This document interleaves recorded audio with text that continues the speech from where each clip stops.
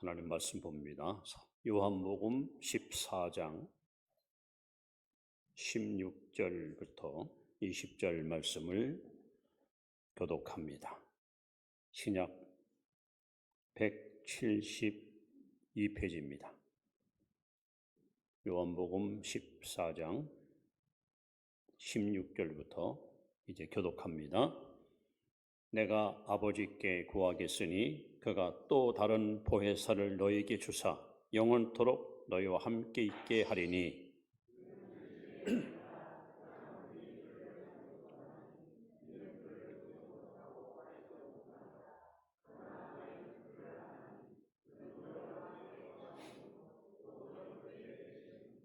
내가 너희를 그와 같이 버려두지 아니하고 너희에게로 오리라.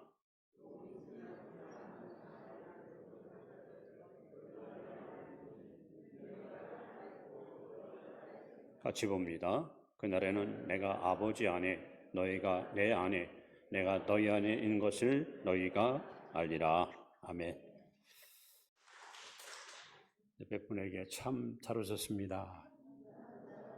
주님의 이름으로 사랑하고 축복합니다.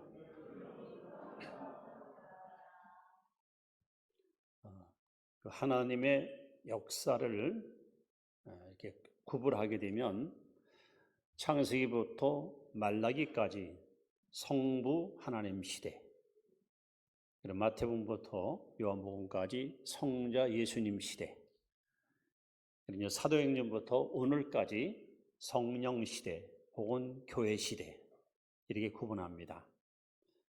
여러분, 하나님은 요한복음 4장 24절에 하나님은 영이시니 하나님은 눈으로 볼 수 있는 존재가 아닙니다. 하나님을 손으로 만질 수 있는 존재가 아닙니다. 하나님은 영이십니다. 그래서 사람들은 하나님 어디 있느냐, 하나님의 실체를 어떻게 알 수 있느냐, 그렇게 하나님을 의심하게 되는데, 그 하나님께서 지구촌에 있는 많은 나라 가운데 이스라엘 민족을 택하여 그 민족 속에 주님이 오셔서 그 민족의 역사와 함께 하나님 살아계심을 만민 앞에 증명한 사건이 바로 구약 4,000년 역사입니다. 안타깝게도 이스라엘 백성들은 보이던 하나님보다는 눈에 보이는 신이 더 소중해서 각종 우상을 만들어 놓고 그거를 섬기며 하나님을 철저히 배신하여 버림받고 맙니다. 이제 하나님은 인류를 사랑하시는 마음이 컸기 때문에 영이신 하나님이 아니라 아예 우리와 똑같은 인간으로 우리 가운데 오셔서 봐라, 내가 바로 하나님이다. 내가 바로 너희들을 구원할 너희 구원자다. 그래서 요한복음 1장 14절에 말씀이 육신이 되어 우리 가운데 거하심에 우리가 그 영광을 보니 아버지의 독생자의 영광이요 은혜와 진리가 충만하더라. 이렇게 하나님이, 영이신 하나님이, 말씀이 하나님이 우리와 똑같은 인간의 몸을 입고 이 땅에 오셨습니다. 바로 그분이 예수님이십니다. 그런데 안타깝게도 그들은, 즉 이스라엘 민족들은 요한복음 1장 11절 자기 땅에 오매 자기 백성이 영접지 아니하더니 그 예수님을 결국 십자가에 죽이는 엄청난 오류를 하고 말았습니다. 예수님은 33년 짧은 생애를 이 땅에 와 사시는 동안 오늘 이제 요한복음 13장부터 17장까지 마가다라방에서 마지막 훈화, 마지막 메시지를 제자들에게 증거하시다가 제자들에게 이렇게 말씀합니다. 내가 너희를 떠나는 것이 유익하다. 내가 가면, 내가 천국으로 올라가면 또 다른 보혜사를 너에게 보내주리라. 임무교대, 내가 하던 일, 내가 할 수 있는 일을 이제 성령님이 오셔서 행할 것이다. 왜냐하면 나는 육신을 입고 이 땅에 있기 때문에 시간과 공간의 제한을 받아. 그러나 또 다른 보혜사가 오시게 되면 그분은 세상 끝날까지 너희와 함께 할 것이고 두세 사람 모인 곳에 같이 계실 것이고 너희의 몸을 성전 삼고 너희 안에 거하셔서 너희 평생을 동의해 주실 것이다. 이런 놀라운 약속을 주님이 하셨고 그 약속대로 주님은 십자가 죽으시고 부활하시고 승천하시고 그리고 드디어 성령이 강림한 날 바로 오늘이 성령 강림 주일입니다. 그래서 성령님은 임무 교대하려고 예수님이 행하셨던 일, 죄인을 살리는 것, 병을 고치는 것, 귀신을 쫓아내는 것, 각종 문제와 인생의 고통을 해방하는 일, 이 일을 행하시기 위해서 성령님은 우리 가운데 오셔서 지금 여러분 곁에 함께 거하십니다. 그래서 성령님의 이름을 보혜사, 파라크레토스, 그 뜻은 우리를 돕기 위하여 곁에 계신 분, 이런 뜻입니다. 여러분 이분을 환영하십시오. 이분을 의지하십시오. 눈에 보이지 않고 귀에 안 들리고 손에 안 잡혀도 예수님은 성령으로 오셔서 지금 여러분 곁에 우리와 함께 계십니다. 예수님은 하늘로 승천하기 직전에 마지막으로 제자들에게 유훈을 하십니다. 유훈. 사도행전 1장 4절에 보시면 사도와 함께 모이사 저에게 분바여 가라사대 예루살렘을 떠나지 말고 내게 들은 바 아버지의 약속하신 것을 기다리라. 요한은 물로 세례를 베풀었으나 너는 몇 날이 못되어 성령으로 세례를 받으리라. 기다려라. 몇 날이 못돼서 성령 세례 받을 것이다. 성령이 올 것이다. 이 약속하시고 주님은 구름 타고 하늘로 승천하십니다. 제자들은 그 약속을 붙들고 다락방에 모여서 열흘 동안 마음을 같이하여 저녁 기도에 힘쓰다가 예수님 부활하신 50일째는 날, 오순절날 새벽에 성령이 불같이 바람같이 다락방에 임하면서 모였던 무리가 다 변화받고 드디어 교회가 탄생하여 성령 시대가 활짝 열리게 되었습니다. 여러분, 우리가 흔히 가나안 땅 하면은 젖과 꿀이 온다 이렇게 표현합니다. 근데 실제로 이스라엘 땅에 가보세요. 우리가 알고 있었던 성경의 말씀과는 너무 달라요. 너무 척박한 땅이에요. 제가 가끔 말씀하지만 여기 오봉산, 이 오봉산을 그대로 들어다가 이스라엘 땅에 갔다 오면요 최고 명산이 될 거예요. 이렇게 나무가 우거지고 삼림이 우거진 그런 땅이 별로 없어요. 갈릴리 지역에만 좀 수풀이 우거져 있지 대부분 땅이 다 광야하고 황막한 그런 땅이 바로 가나안입니다. 그런데 왜 하나님께서 젖과 꿀이 온다고 말씀했을까요? 그것은 바로 토질이 좋고 기후가 좋아서 아닙니다. 하나님이 함께하기 때문에 그런 거예요. 하나님이 함께하니까. 아무리 아름다운 집에 살더라도 하나님이 함께하는 집은, 함께하지 않는 집은 의미가 없는 거예요. 우리 찬송가 있잖아요. 높은 산이 거친 들이 초막이나 궁궐이나 내 주에서 모신 것이 그 어디나 하늘나라. 그래서 하나님은 이스라엘 땅에 1년에 2번 비를 적당히 주셔요. 비가 안 오면 농사를 못 집니다. 그래서 씨를 뿌릴 때, 파종할 때 오는 비를 이른 비, 추수하기에 오는 비를 늦은 비, 그리고 이미 2000년 전에 마가다락방에는 이른 비 성령이 임했고 오늘 우리가 사는 마지막 때는 늦은 비 성령이 이 시간도 우리 가운데 임하고 계십니다. 그래서 오늘 부활하신 예수님께서 제자들에게 찾아오셔서 말씀합니다. 따라합시다. 성령을 받으라. 이것이 예수님이 숨을 내쉬며 가라사대 성령을 받으라. 그 다음에 승천하기 전에 기다려라. 성령이 임할 것이다. 능력을 받으면 복음을 전하라. 그래서 초대교회 신자들은 그 약속을 믿고 기도해서 성령의 권능을 받아 세상을 변화시키는 능력 있는 그리스도의 증인이 되었습니다. 그렇다면 오늘 우리가 할 일은 무엇일까? 오늘 우리에게 가장 필요한 것은 바로 성령 충만함입니다. 예수님이 행하셨던 일들을 그대로 실천하기 위해서 성령님이 교회를 세우고 우리 가운데 오셔서 지금도 주님의 일을 변함없이 이행하고 계십니다. 그래서 여러분, 특별히 사도행 2장 17절에 성경은 우리에게 이렇게 명백하게 약속합니다. 말세에 내가 내 영으로 모든 육체에 부어주리니 너희 자녀들은 예언할 것이요 너희 늙은이는 꿈을 꾸며 너희 젊은이는 환상을 보리라. 여러분, 지금 이 시간 하나님의 약속을 믿으십시오. 이 말세에 하나님께서는 성령을 우리 육체에 물붓듯 부어준다고 약속했습니다. 이 약속을 여러분 반드시 쟁취해서 여러분 항상 성령 충만한 능력 있는 성도의 삶을 살아갈 수 있기를 주의 이름으로 축원합니다. 자, 그렇다면 임목에 들어오신 성령 충만 받는 비결이 뭘까요? 어떻게 우리는 성령 충만해서 하나님 앞에 귀히 쓰임받을 수 있을까요? 로마서 8장 9절에 보시면 누구든지 그리스도의 영이 없으면 그리스도 사람이 아니다. 교회는 나오는데 예배는 드리는데 열심히 설교 듣는데 찬양하는데 그 속에 성령이 없는 사람은 하나님의 사람이 아닙니다. 하나님과 아무 상관이 없습니다. 그래서 여러분, 예수 믿는데 교회 다니는데 마치 성령 없는 사람은 뭐와 같으냐? 뭐와 같을까? 기름 많은 기계와 같아요. 여러분, 기계에 기름이 많으면 어떻게 됩니까?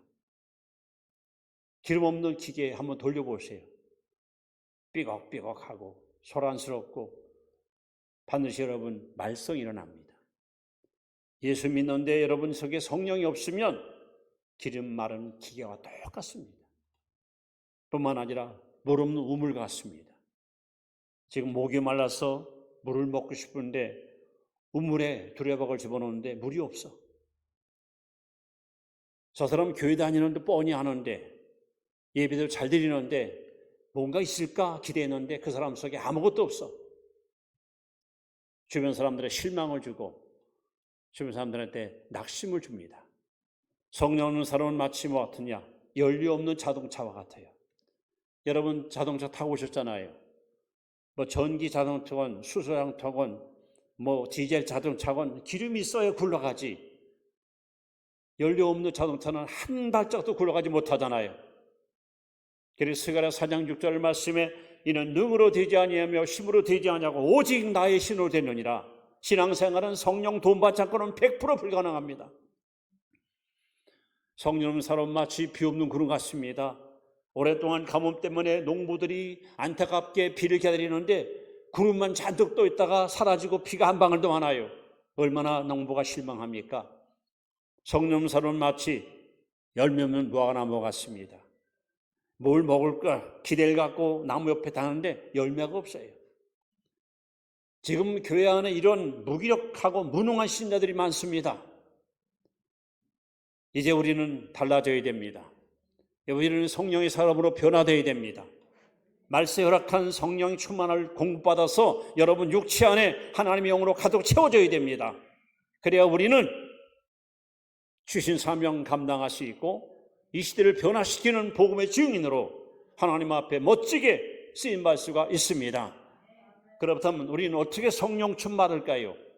그 첫째, 누가복음 11장 13절에 예수님께서 말씀합니다. 간구하십시오. 간구. 자, 말씀을 한번 같이 읽습니다. 시작.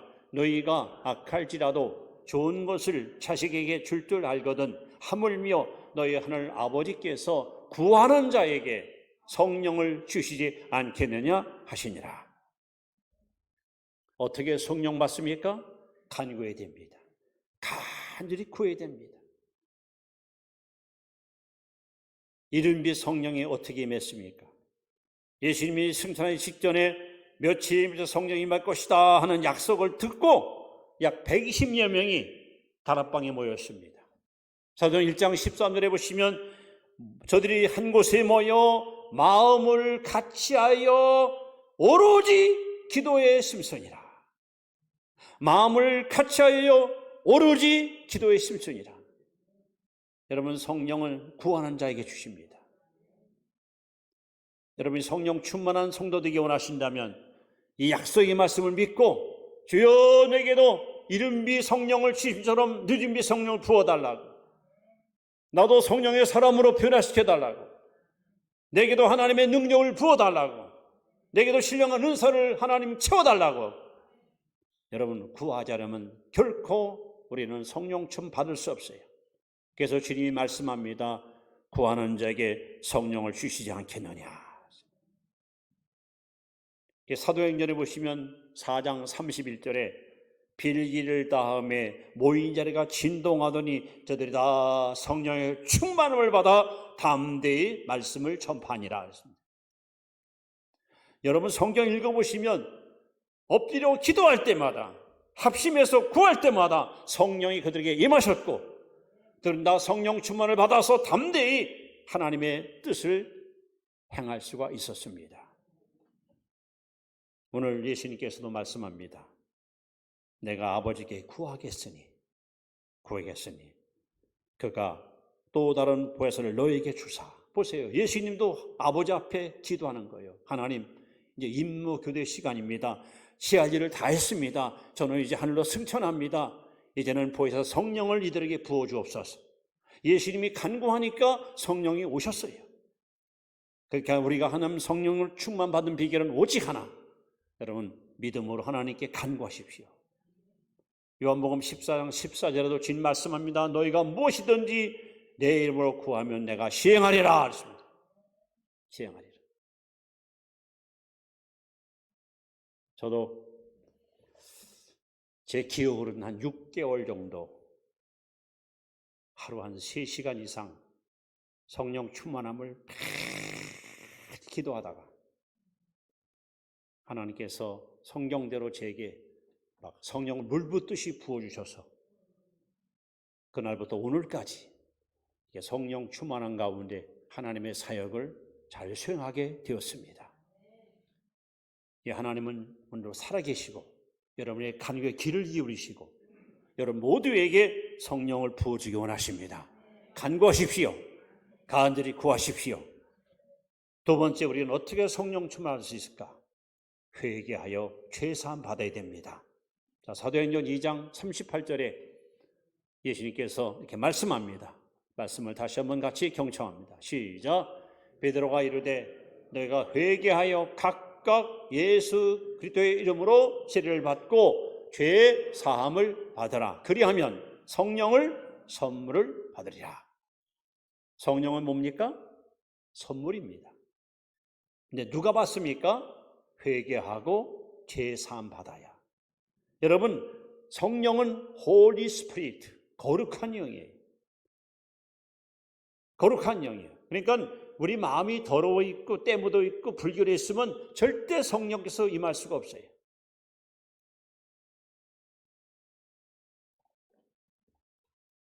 어느 농부라도 봄이 되면 반드시 논과 밭을 갈아엎고 굳은 땅을 개간하여 부드럽게 흙을 잘 편 후에 거기다 씨를 뿌립니다. 묵은 땅에, 딱딱한 땅에다가 씨 뿌리는 농부는 한 명도 없습니다. 그래서 하나님께서 말씀합니다. 너희 묵은 땅을 기경하라. 제 경험으로다간 여러분, 회개의 깊이, 하나님께 철저히 회개하고 자백하면 하나님의 은혜가 더 풍성히 많은 거야.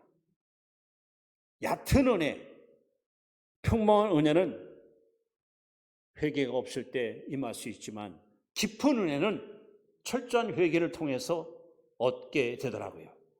그래서 요엘서 2장 13절에 보시면 너는 마음을 찢지 말고 몸을 찢지 말고 옷을 찢지 말고 마음을 찢으라.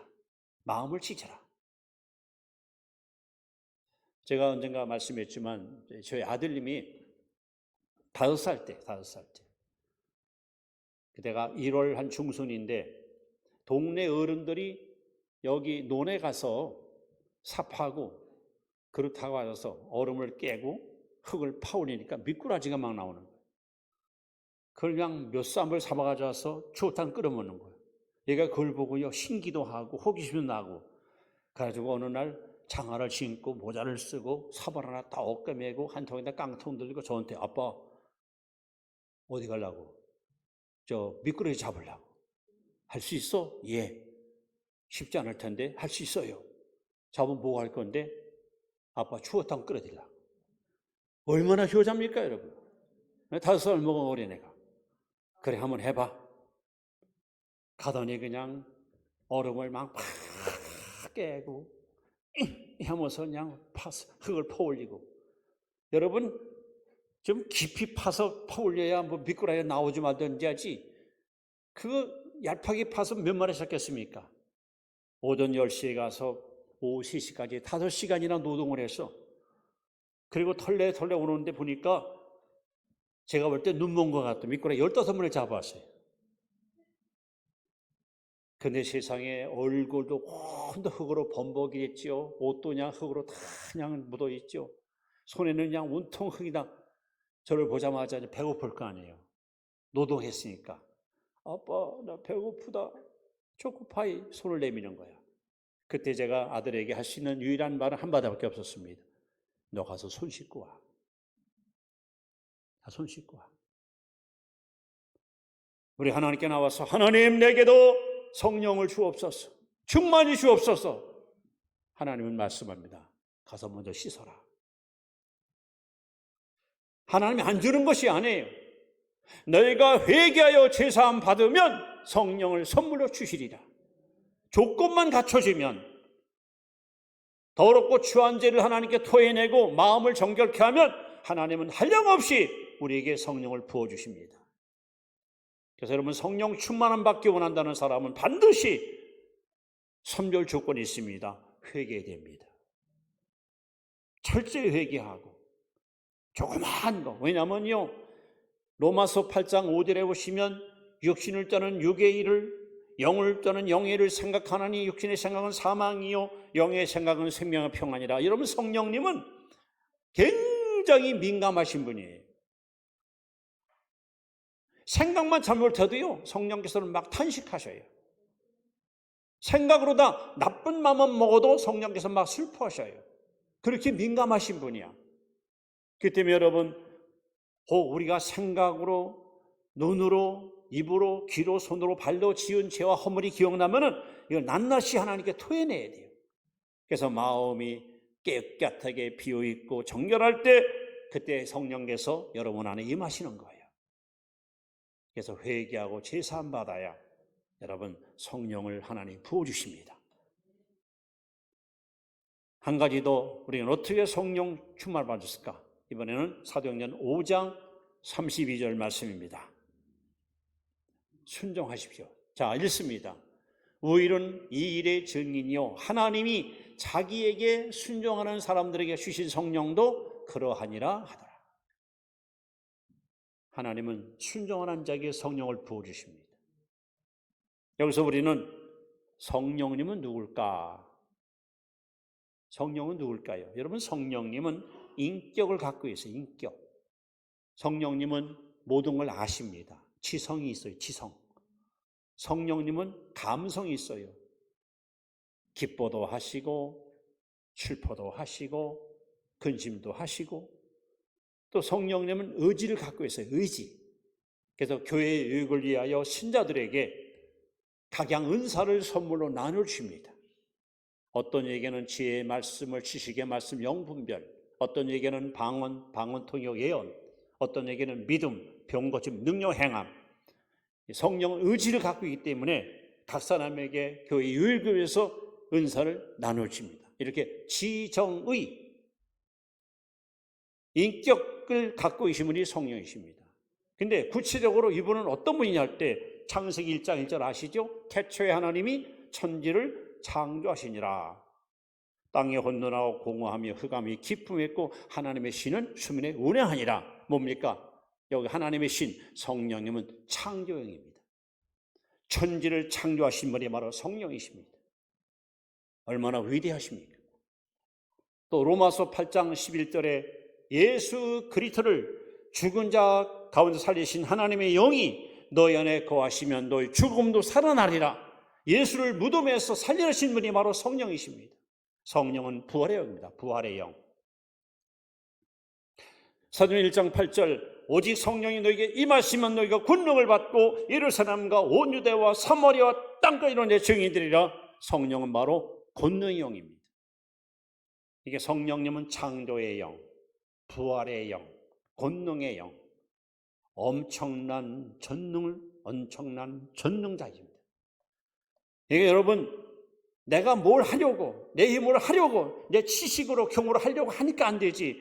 나를 내려놓고 하나님 나는 무능합니다. 나는 무기력합니다. 나는 어리석습니다. 성령 도와주십시오 하고 그분을 여러분 인정하고 그분을 환영하고 그분을 모셔드릴 때 창조의 영이, 부활의 영이, 능력의 영이 임하시면 나는 약한데 그분이 함께하니까 강하게 되고, 난 어리석지만 그분이 함께하니까 지혜로운 자가 되고, 나는 무능하지만 그분이 함께함으로 모든 걸 가능한 자가 될 수 있는 거예요.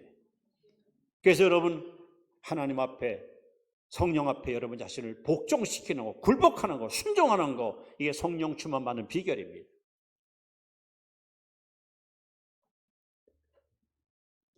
성령을 받게 되면 증거가 나타납니다. 제일 먼저 큰 변화가 일어납니다. 한번 여러분 이 말씀을 들으시면서 나는 지금 이런 변화를 받고 있는가 자신을 한번 잘 살펴보세요. 여러분, 성령의 사람은 행복보다는 거룩을 원합니다.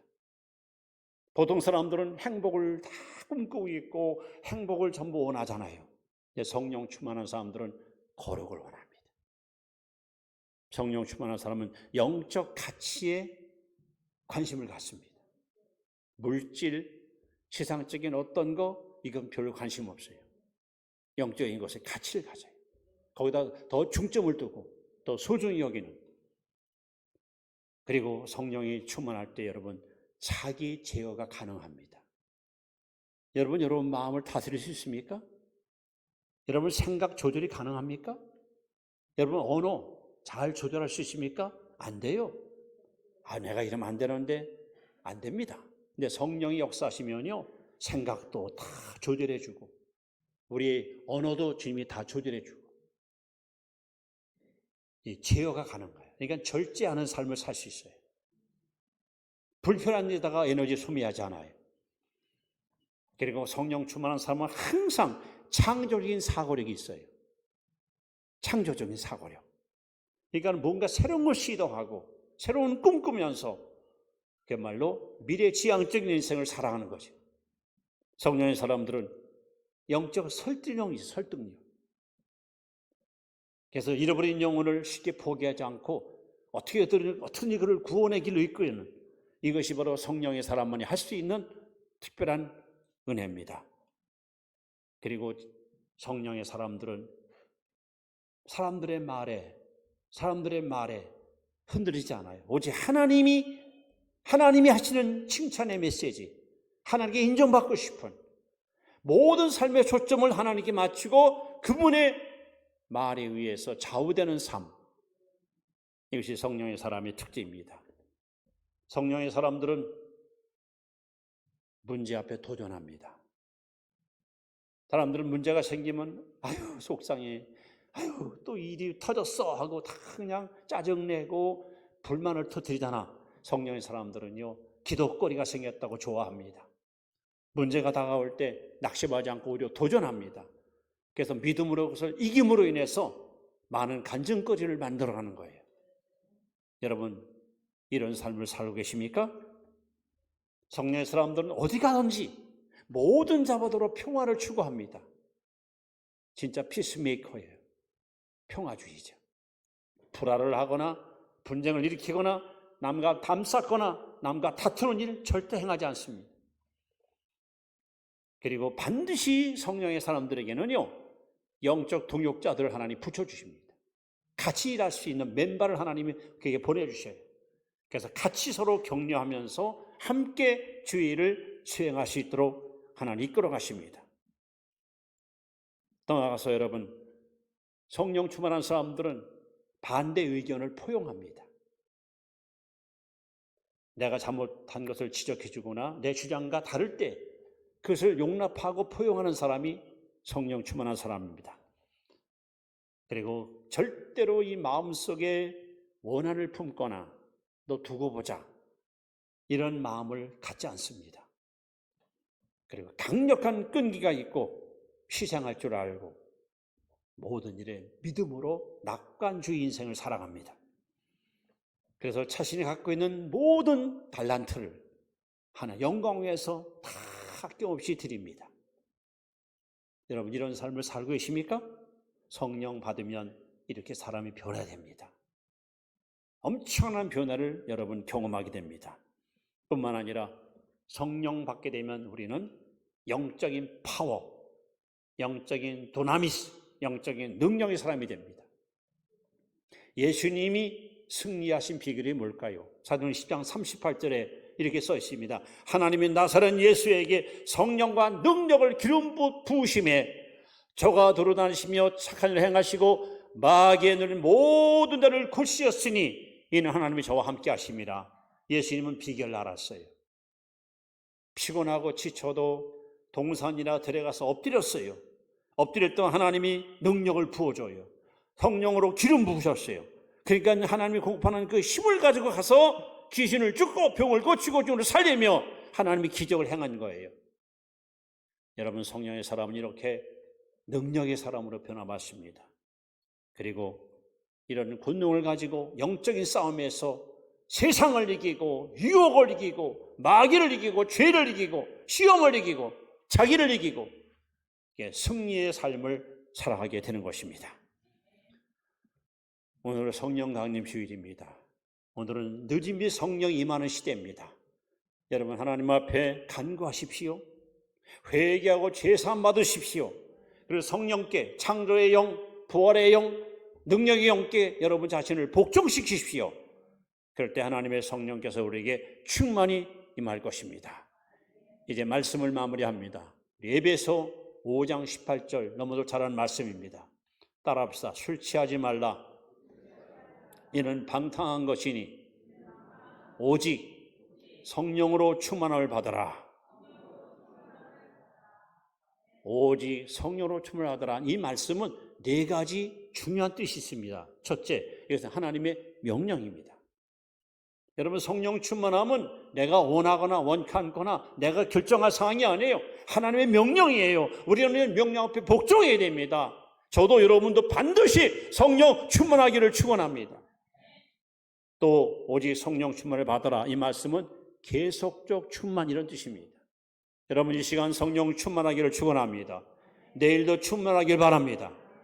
6월달에도 충만하길 바랍니다. 우리는 매일매일 순간순간 성령 충만해야 돼요. 또 이 말씀은 성도들에게 주신 말씀이에요. 성도들. 안 믿는 사람이 아니에요. 믿는 사람이 성령 충만해야 된다. 이것이 주님의 말씀이에요. 더 나아가서 이 말씀은 수동태 직설부로 써 있습니다. 제 말은 내가 원함보다 하나님이 원하는 거예요.